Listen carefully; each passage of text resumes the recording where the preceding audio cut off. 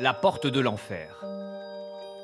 Batagaïka, 80 mètres de haut, 900 mètres de large, 1,5 km de long, c'est le plus grand cratère au monde causé par le dégel du pergélisol, une terre normalement gelée en toute saison depuis des milliers d'années. C'est le début de l'automne au bord du cercle polaire. Il fait 8 ou 9 degrés. Nikolai Stepanov est de la région. Il va nous servir de guide. Faites attention, n'avancez pas, c'est dangereux. Descendre avec lui dans le cratère est comme une plongée dans le temps. En fondant, le pergélisol libère des trésors enfouis. Et voilà encore un os de mammouth ancien. Il date de l'Holocène, ou en tout cas de plusieurs milliers d'années. Ce phénomène a commencé dans les années 60, à l'endroit même où des arbres avaient été abattus. Avec le réchauffement climatique, il s'accélère selon les scientifiques. Le cratère s'élargit de plus d'une dizaine de mètres par an. Un dégel qui s'entend et qui se voit à l'œil nu.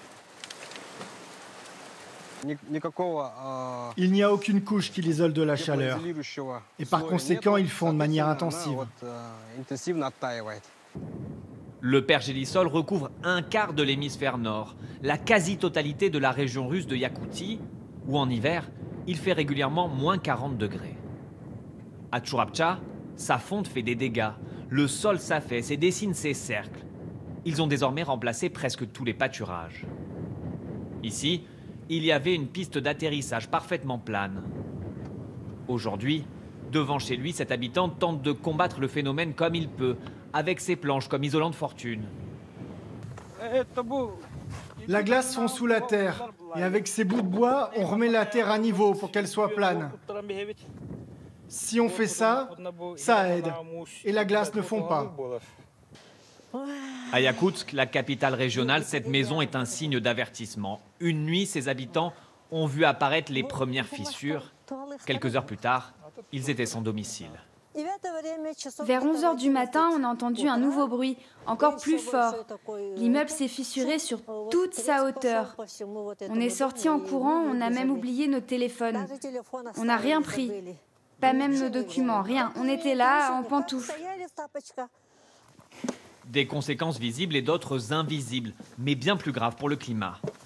À 12 mètres sous terre, ce chercheur étudie le pergélisol. Il estime qu'ici, il pourrait fondre sur 30 mètres d'ici la fin du siècle. Un cercle vicieux, car en dégelant, il va libérer des gaz à effet de serre. Ce qu'on a ici, là, en fait, c'est une petite couche organique. La matière organique va être consommée par des bactéries pour produire des gaz d'effet de serre, réchauffer de l'atmosphère, réchauffer les surfaces terrestres. Une bombe à retardement, car le pergélisol contient 2 fois plus de carbone que l'atmosphère. La zone arctique est particulièrement touchée par le réchauffement climatique. Les scientifiques considèrent désormais que le réchauffement il sera 3 fois plus rapide que dans le reste du monde.